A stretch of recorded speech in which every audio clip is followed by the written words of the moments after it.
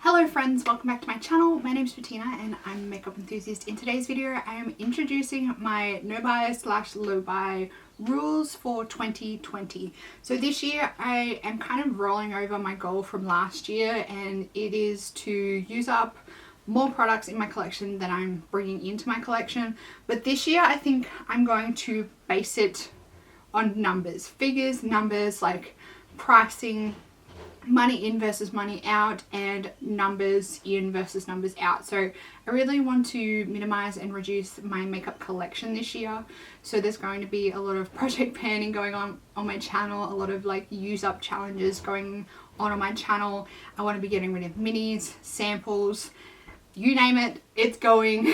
Full stock take clearance of my makeup collection in 2020 because a lot of it's starting to get really old, it's starting to go off. Like, I want to get my money's worth and use out of these products before they are completely bad and unusable and like a health risk to me. So I have put together a couple of rules for my collection. Now these are quite personal to me, like they're quite personal based on like my spending habits. So some of these categories are like my product problem categories, and those categories I have very strict rules on. There's categories that aren't like my problem categories at the moment, but I do have a lot of products in that category, so those have quite strict rules as well. I'm aiming to keep my monthly spend around $200 or less.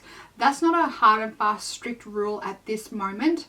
I'm gonna gauge it throughout the months and see how I go. I do have a running list on my phone of like the products that I'm buying, and I'm going to keep like a running total. I also calculated my yearly spend for 2019. If you want to see all like my crunching my numbers video, I'll leave that linked up in the corner. But in that video I calculated like my yearly spend for 2019, my yearly use up for 2019, the total amount of products that I used up in 2019. But just based on the figure of the amount of money that I spent in 2019, I think that is enough. I think that's done enough to shock me into not spending as much in 2020. But we'll see how we go throughout the months and gauge it as we go, I guess. But I'm hoping for $200 or less. Fingers crossed. Wish me luck. Pray for me. Join me on my journey if you wish, and we can keep each other accountable. Anyway, so going through the categories, like I said, I have some problem categories. I'm not gonna lie. And you guys probably can guess which ones are my problem categories, because I would imagine that they are problem categories for most people. But I am really wanting to get more products like used up and out of my collection this year than I'm bringing in.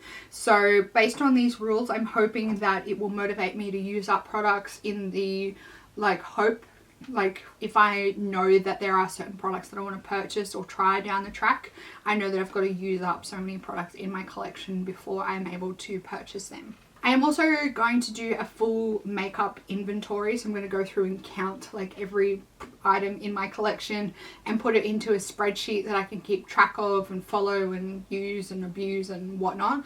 That video will come at some point in the future when I finally sit down and really feel like counting everything in my makeup collection, but that video will be coming at some point in the future. And then at the end of the year I'm going to do another count. Hopefully I've kept track of the products in and in versus out really well, and that way I don't have to go through and count completely again. But anyway, let's start off with the rules for my low buy for 2020. So the first category is products that I'm not allowed to buy from in 2020. So these are categories of products that I'm not allowed to buy in 2020. Now these include perfumes, nail polishes, face masks, and mini lipsticks. So these products are categories that I have a lot of. So I have a lot of perfumes. I have enough perfume to last me for the rest of the year, so I don't think it's a good idea that I buy any new ones. I really want to whittle my perfume collection down first before I buy new ones. Nail polish, I don't wear nail polish and I have more than enough nail polish to last one person a lifetime, so no more nail polishes. Face masks, again, I have enough face masks to last me every single day probably for the rest of the year, so I'm not going to be buying any more face masks. And mini lipsticks, I discovered in my project pans from 2019 that I don't really enjoy using mini lipsticks all that much. A lot of the times they break on me, they melt, they don't have a very good structural integrity, and a lot of the times when you are applying them on your lips, because they are so skinny, they break off really easily. So based on the using experience, I don't really enjoy them all that much, so I've decided that I'm not going to buy any more mini lipstick sets to bring into my collection because I don't enjoy the experience of using them. So Bettina is saying no more to mini lipsticks. The next category is one where I want to use up everything that's in my collection and then continue on a replacements only basis. This includes setting sprays. I think I have about 6 setting sprays in my collection at the moment. So setting sprays, primers, skincare, body care, and concealers. So all these products I want to use up each item completely. So I want to use up all my primers, all my setting sprays, all my body care in each category before I buy any new ones. After I use everything up, it's on a 1 in 1 out basis, so I have to use the product up before I can buy a new one. So I have 2 concealers in my collection at the moment. I want to use both of them up first, and then it is 1 in 1 out, so I can only buy a new one once I use up the one that I have. Same with body care. I can only buy a new body lotion once I use up everything that I have, and then it's a 1 in 1 out. Skincare, primers, setting spray. With skincare, it's going to be each category. So if I have an excess of moisturizers, I have to use all of them up first, and then it is 1 in 1 out. Concealer, cleansers, same again, use everything up, then it's 1 in 1 out. So those categories are use everything up, and then it's on a replacement only basis. The next 2 categories are a 1 in 1 out basis, and they are blushes and bronzers. So I have to use up one of the products that I have in my collection first before I can purchase another one. These are 2 categories that I feel that I don't really have the biggest problem with. I don't really enjoy using bronzer all that much, and I don't really enjoy using blush all that much. They're not categories that I love buying a lot of, so I don't think that I will have a problem having a process where I use one up before I buy a new one. The next one is probably going to be the biggest struggle of the year, and it is 1 per month. So a total of 12, and this is going to be eyeshadow palettes or single eyeshadows. And when I say single eyeshadows, I mean like a palette's worth of single eyeshadows. So I'm gonna say maybe no more than 20 single eyeshadows in 1 month. I know that's a very high number, but when you think about the average size of an eyeshadow palette, they can be anywhere from say 9 through to about 30 eyeshadows. So I think 20 eyeshadows is a good number in the middle, and only 1 lot of single eyeshadows or 1 eyeshadow palette per month. And I'm going to say with this one that I can roll it over. So for January, for example, if I don't purchase an eyeshadow palette, I can roll it over to February. And in February, if I don't purchase anything, when March comes around, I can purchase 3 eyeshadow palettes if I want. That's that rule. I think I'm really going to struggle with that one. I think that's probably going to be one of the rules that I'm going to struggle with the most.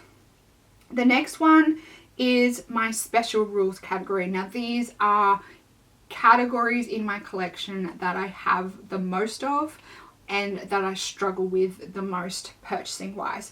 So these are lipsticks, liquid lipsticks, and lip glosses. Now these 3 categories have the same rules, but I'm going to treat them separately, individually. So I have to use up 4 minis, and that will equate to 1 full size, or use up 2 full size, and that will equal 1 full size. So 4 minis equals 1 full size in, and 2 full size equal 1 full size in. So this is going to be a challenge. I know every year at Christmas time, Hourglass bring out packs of the Confession lipsticks. They generally have a duo pack, and some years they've had a trio pack. So that's 5 lipsticks in total. So I either have to use up 10 full-size lipsticks or a load of minis. What's that? 20 minis. That's not going to happen at all, but that just puts into perspective for me I really have to be very critical and thinking about what particular products I want to be purchasing and thinking long game. Like, I know I love those Hourglass lipsticks, so thinking long game, I need to like preserve the numbers that I can bring in this particular category. Each of these rules, so the 4 out 1 in and the 2 out 1 in, count individually for lipsticks, liquid lipsticks and lip glosses. I can't cross my used up products over. So if I use up 4 lip glosses, I can't buy 1 lipstick for it. The lip glosses are exchanged for lip glosses, the liquid lipsticks for liquid lipsticks, and the lipsticks for lipsticks. I hope that makes sense. Just because each category is a problem, each category individually, lipsticks, liquid lipsticks and lip glosses, are each a problem, so they each need to be really strict. I need to be really strict on each of them. The next one and the last one that I'm including in my rules so far are foundations. Now, I have a lot of foundations and I've decided that I want to use up a total of 5 products first, so 5 foundation products first.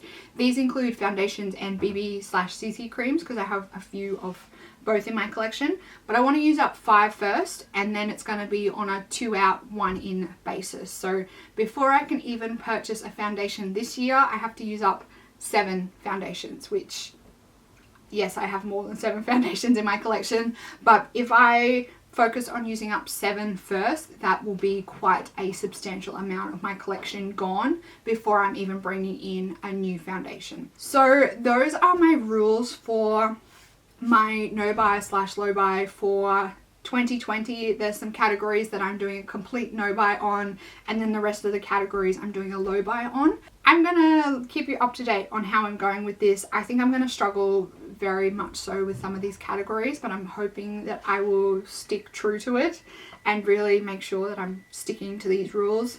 We'll see how we go. We'll see how we go. You'll find out in my monthly hauls whether I am sticking to the rules or not. Yeah, in terms of my monthly hauls, if I don't purchase a lot in 1 month, I might do like a couple of months combined, and that might make the video a little bit more interesting than just mentioning one video or no products, one product or no products at all. Or maybe I could do an update on my no buy and how I went for that month. Let me know down in the comments box whether you're going to be participating in a low buy or a no buy in 2020 and what your rules are and what you are focusing on with your project. Let me know all the details down in the comments box. I would love to know how you are gearing your low buy, no buy specific to your needs. Don't forget to give this video a big thumbs up if you enjoy these kinds of videos. Also, if you want to keep up to date on my low buy, no buy journey throughout 2020, I hope you would consider subscribing down below, and there's going to be a lot of content coming where I focus on using up products in my collection. So if that interests you at all, or you need some motivation to keep trying to focus on products that you already have in your collection, I hope you would consider subscribing to my channel. You can get notified when all those videos go live. That's it for this video, everyone. I hope you are having a fantastic day, and I will see you in the next video. Goodbye.